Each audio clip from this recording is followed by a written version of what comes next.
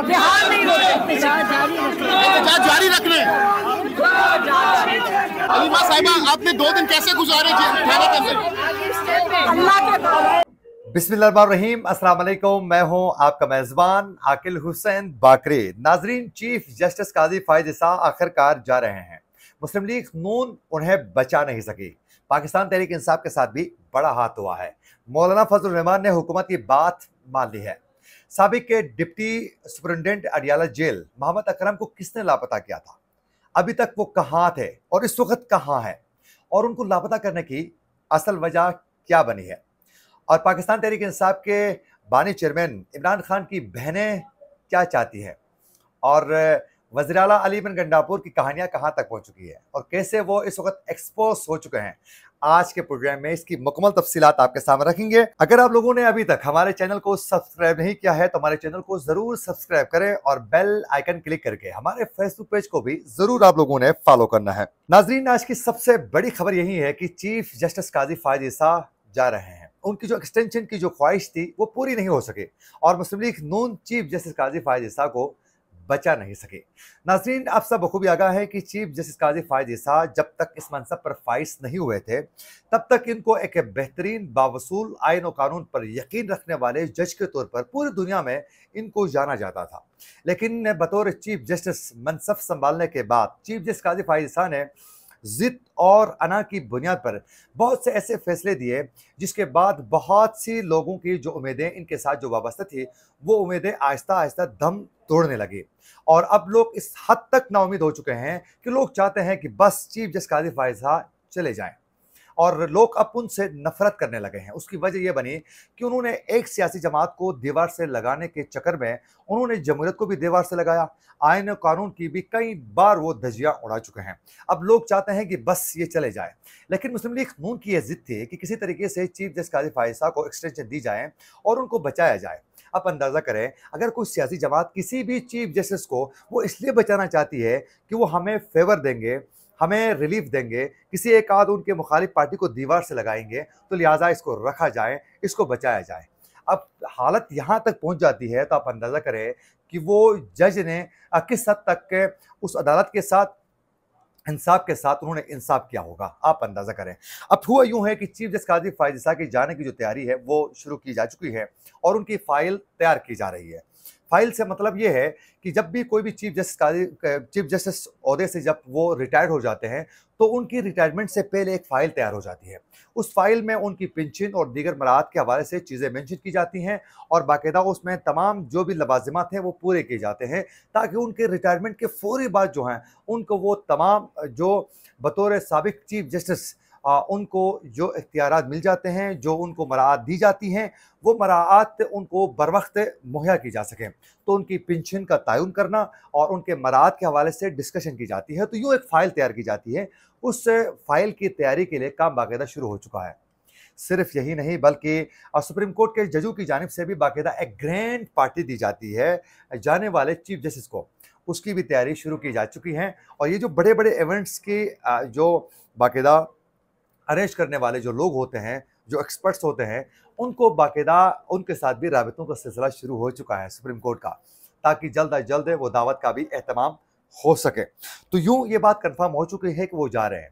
अब दूसरी बात यह है कि उनके जाने की कंफर्मेशन एक इस तरीके से मिल रही है कि मौलाना फजल रहमान ने हुकूमत की बात मान ली है, यानी आईनी तरमीम के हवाले से उन्होंने उनकी बात मान ली है।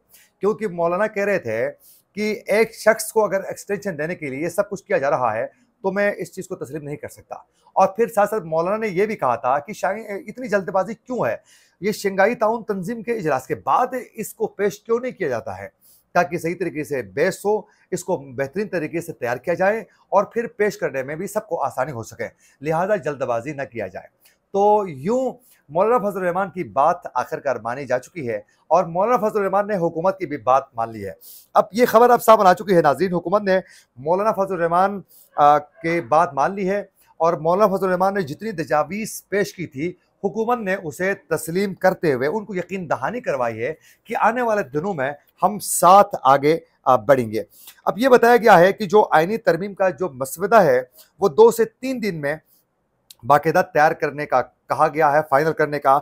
और पीपी और मुस्लिम लीग नून की जो कानूनी जो टीम है वो भी नया मसवदा तैयार करके बाकायदा JUI फेस से बाकायदा वो शेयर करेंगे। और मौलाना फजल रहमान ने 2 से 3 दिन में तजावीज़ फाइनल करके वो अपना मसवदा जो है वो तैयार करने का वो कह चुके हैं। अब कहानी यह है कि ये मसवदा तैयार होने के बाद JUI से वो शेयर करेंगे और फिर वो उसको देखकर आगे बढ़ेंगे। लेकिन एक बात यहाँ सामने आई है कि मौलाना फजल रहमान ने आईनी अदालत के क़याम के हवाले से मशरूत तौर पर उन्होंने रजामंदी का इजहार वो कर चुके हैं। उन्होंने कहा है कि अब ये देखना होगा कि आप आईनी तरमीम किस तरीके की ला रहे हैं और बिलखुसूस आईनी अदालत के हवाले से पीपल्स पार्टी क्या करने जा रही है। तो उन्होंने कहा कि इस पर मशरूत तौर पर हम इस पर मान लेंगे कि पहले देखेंगे कि उसमें आप लोगों ने शामिल क्या करना है। और बताया गया है कि पहले मरहले में आईनी अदालत के क़याम और साथ साथ जजेस की तकरीरी और इख्तियारात के तयन के हवाले से जो हैं चीज़ें इसमें शामिल करने का फैसला हो चुका है। और नाज़रीन, ये बताया जा रहा है कि ये खबर ज़राए से ये सामने आ चुकी है कि जो इस वक्त आईनी जो तरमीम पेश करने हुकूमत की जल्दबाजी थी वो जल्दबाजी थोड़ी कम हो चुकी है। अब ये आईनी तरमीम जो है वो शंघाई ताउन तंजीम के इजलास के बाद पार्लियामेंट में पेश करने का इम्कान है। अब ताउन तंजीम का जो इजलास है शंघाई ताउन तंजीम का वो 15 और 16 अक्टूबर को है। इसके बाद ये पेश करने का फैसला हो चुका है। अब इस हवाले से बताया जा रहा है कि उन्होंने अपने जो तादाद है वो भी पूरे कर चुके हैं, जिसमें JUI के बंदे भी शामिल करेंगे और 7 से 9 के करीब जो हैं वो तहरीक इंसाफ के बंदों को भी हिट करने वाले हैं। अब उसके लिए भी उन्होंने तैयारी जो है वो मुकम्मल कर चुके हैं। अब इसी हवाले से ही आप लोगों को मालूम होगा कि गुज़िश्ता रोज़ एक बड़ी अहम बैठक हो चुकी थी बड़ों की, और उसमें शामिल थे आसिफ अली जरदारी थे सदर पाकिस्तान, और नवाज शरीफ थे, मौलाना फजल रहमान थे, वज़ीर आज़म शहबाज शरीफ थे, इसहाक डार थे, बिलावल भुट्टो जरदारी थे। ये एक अहम मुलाकात इनकी हो चुकी थी। उस मुलाकात की जो अंदरूनी कहानी है वो अब सामने आ चुकी है। मौलाना फजल रहमान ने वहाँ उस बड़ी बैठक में वाज़े वो कर चुके हैं कि मैं कोई भी फैसला अकेले नहीं करूँगा, बल्कि इसमें पार्टी के मुशावरत के बगैर मैं नहीं कर सकता हूँ। और ज़राए का ये कहना है कि मौलाना फजल रहमान ने बताया है कि मुजवज़ा तरमीम के लिए JUI 80% मसवदा तैयार कर चुकी है और वो जल्द तैयार करने के बाद मुज़ाकराती जो टीम है उसके वो हवाले कर लेंगे।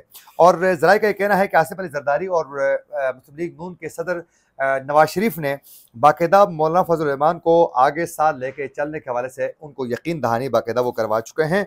और जो मसवदा तैयार किया जाएगा वो 2 से 3 दिनों में बाकायदा पीपल्स पार्टी, मुस्लिम लीग नून सब जो हैं वो एक दूसरे के साथ शेयर करेंगे और यूँ इसको आगे बढ़ाने के हवाले से फैसला सामने आ चुका है।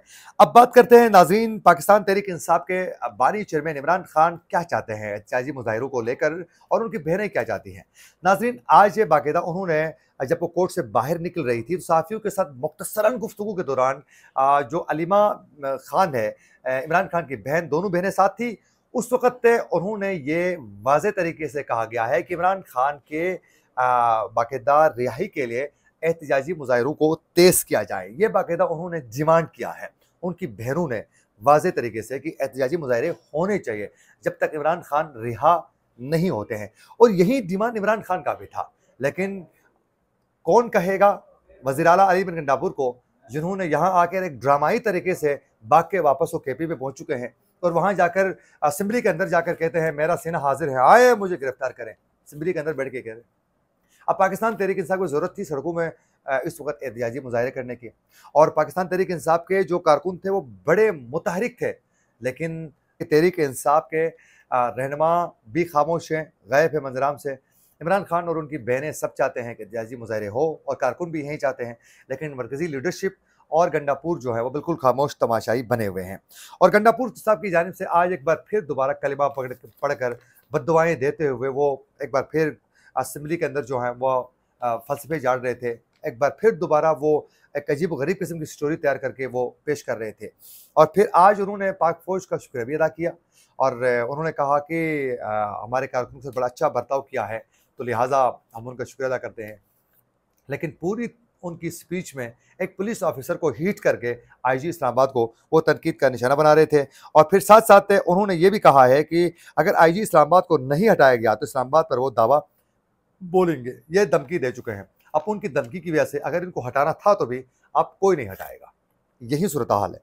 अब नाज़रीन बात करते हैं, आप लोगों को मालूम होगा कि कुछ अर्सा पहले एक शख्स जो हैं वो इस्लामाबाद से लापता हो चुके थे और वो थे साबिक deputy superintendent Adiala jail Mohammad अकरम।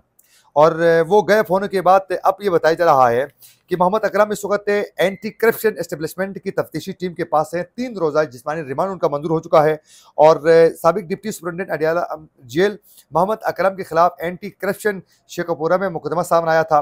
उसके बाद उनको 10 अक्टूबर को सेंट्रल सिविल जज क्रिमिनल डिवीज़न खुदा यार की अदालत में वो पेश किया जाएगा। और बताया जा रहा है कि मोहम्मद अकरम के खिलाफ शहरी रियाज कुरैशी की मदीयत में मुकदमा दर्ज किया गया है और मुकदमे में कहा गया कि deputy superintendent Adiala jail Mohammad Akram पर 95,000 रुपये रिश्वत लेने का इल्ज़ाम है। अब पे इसमें हकीकत है या नहीं है आप अंदाज़ा करें कि ज़रा का कहना है कि मोहम्मद अकरम बानी पीटीआई की सुलहकारी और उनके साथ बातचीत और उनके मामलात को आगे बढ़ाने के हवाले से जो उनके ऊपर इल्ज़ामात है कि वो मुखबरी का काम करते थे, उनकी बात लीक करते थे, उनके साथ बातचीत थी उनकी और साथ साथ वो अपने इख्तियारात का वो गलत इस्तेमाल कर रहे थे। ये असल में उनके ऊपर इल्ज़ामात यही थे कि वो इमरान खान के साथ अडयाला जेल में मिले हुए थे, उनके पैगाम रसानी का वो काम करते थे और उनके साथ बहुत से मामलात पर वो ताउन करते थे, उनको फ़ोन फराहम कर चुके थे। ये इमरान खान के साथ उनका जो ताल्लुक़ था उसकी वजह से इनको उठाया जा चुका था। अब उनके ऊपर करप्शन और फिर उनके ऊपर रिश्वत लेने के इल्ज़ामात सामने आ चुके हैं, जो आने वाले दिनों में ही पता चलेगा कि मज़ीद इसमें हकीकत क्या है। इसी के साथ अपने मेज़बान आकिल हुसैन को दीजिए इजाज़त। अल्लाह निगहबान।